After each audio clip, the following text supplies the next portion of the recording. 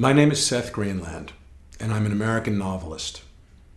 When I was 8 years old, I read a novel by a man named Mark Twain called Huckleberry Finn.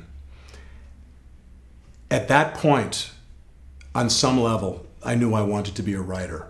My new novel, my third one, is called The Angry Buddhist. It's coming out in France in October of 2011, and in France the title is Un bouddhiste en colère.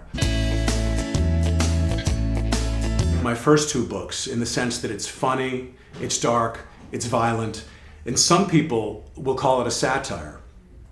I'm not so sure it's satirical, though. It's about life, political life in America as it really is. There's extreme behavior, there's lying, there's sex. It's about what you read when you pick up the newspaper.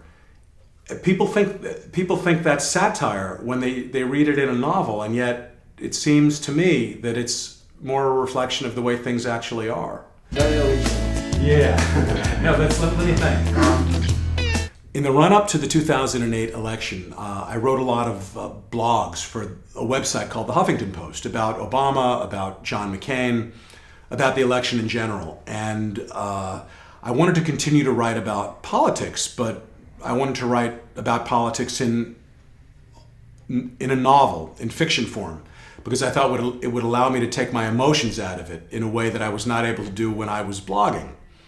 And the reason I wanted to write about politics is because we've reached a juncture in America and in France right now that feels very dire politically. I was very troubled by the rise of Sarah Palin.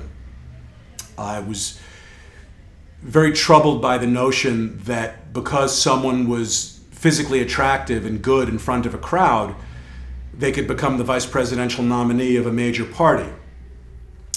In America, since 1960, politics and show business have been moving like this, closer and closer and closer together. And finally, they seem to be touching. It's happening in America now. I think it's happening in France to a great extent.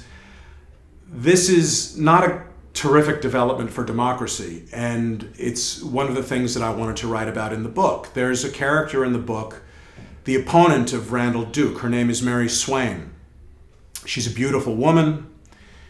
She's married to a wealthy man. She has 4 very photogenic children and a lot of right-wing opinions.